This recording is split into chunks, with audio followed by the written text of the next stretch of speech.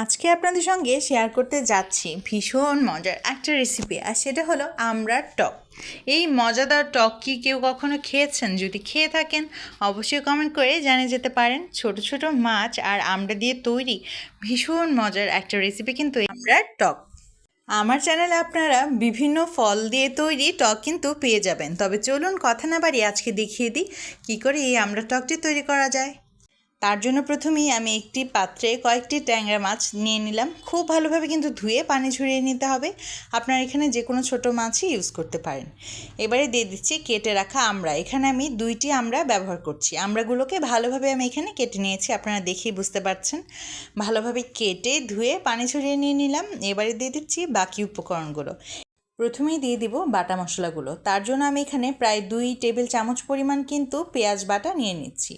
পেঁয়াজ বাটা দেওয়া হয়ে গেলে এই পর্যায়ে দিয়ে দিতে হবে কিন্তু আরেকটা বাটা মশলা, আর সেটা হলো রসুন বাটা।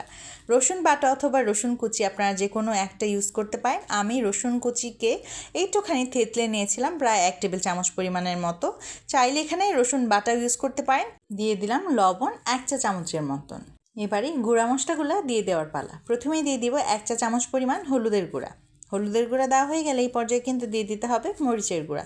এখানে আমি প্রায় 1 চা চামচের মতনই মরিচের গুঁড়া ইউজ করছি।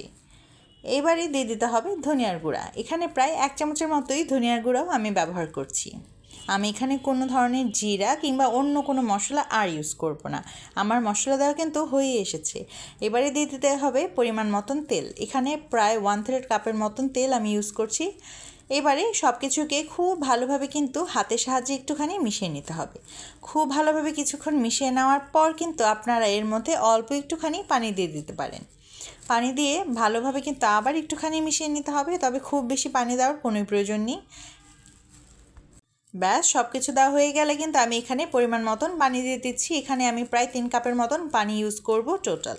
আর দিয়ে দিতে হবে কিছু কাঁচামরিচ। আর তারপরেই কিন্তু আমি এটাকে চুলায় বসিয়ে দিব। তারপর আপনার আর মোটামুটি কোনো কাজই নেই, জাস্ট জাল হতে অপেক্ষা করতে হবে। এইভাবে টক কি কেউ কখনো খেয়েছেন? যদি খেয়ে থাকেন আমাকে কমেন্ট করে জানিয়ে যেতে পারেন। আর যদি না খান, আজকের রেসিপিটি দেখার পর কিন্তু অবশ্যই ট্রাই করবেন। কথা মতোই কাঁচামরিচ দিয়ে দিলাম 4টে। এবারে চুলায় বসিয়ে দিলাম এবং একটি ঢাকনা দিয়ে ঢেকে দিলাম। কিছুক্ষণ সময় ধরে কিন্তু এটাকে জাল করে নিতে হবে। জাল যখন হচ্ছে তখন কিন্তু সত্যি কথা বলতে আমার যে কোনো রান্নাই ভীষণ ভালো লাগে দেখতে।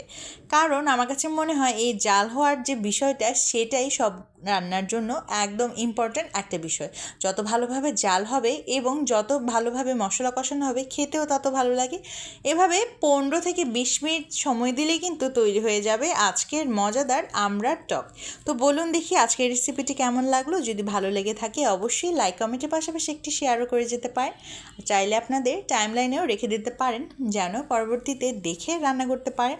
এভাবে একবার হলেও আপনারা অবশ্যই ট্রাই করবেন এবং ট্রাই করার পর আমাকে জানাবেন কেমন হয়েছে। দেখতেই পাচ্ছেন দেখতে কতটা লোভনীয় হয়েছে। ভাতের সঙ্গে যদি একটা টক থাকে তবে কিন্তু আর কিছুই চাই না। সবাই ভালো থাকবেন, সুস্থ থাকবেন। অনেক অনেক ধন্যবাদ আজকের রেসিপিটি দেখার জন্য এবং অবশ্যই রেসিপিটি একবার হলেও ট্রাই করবেন।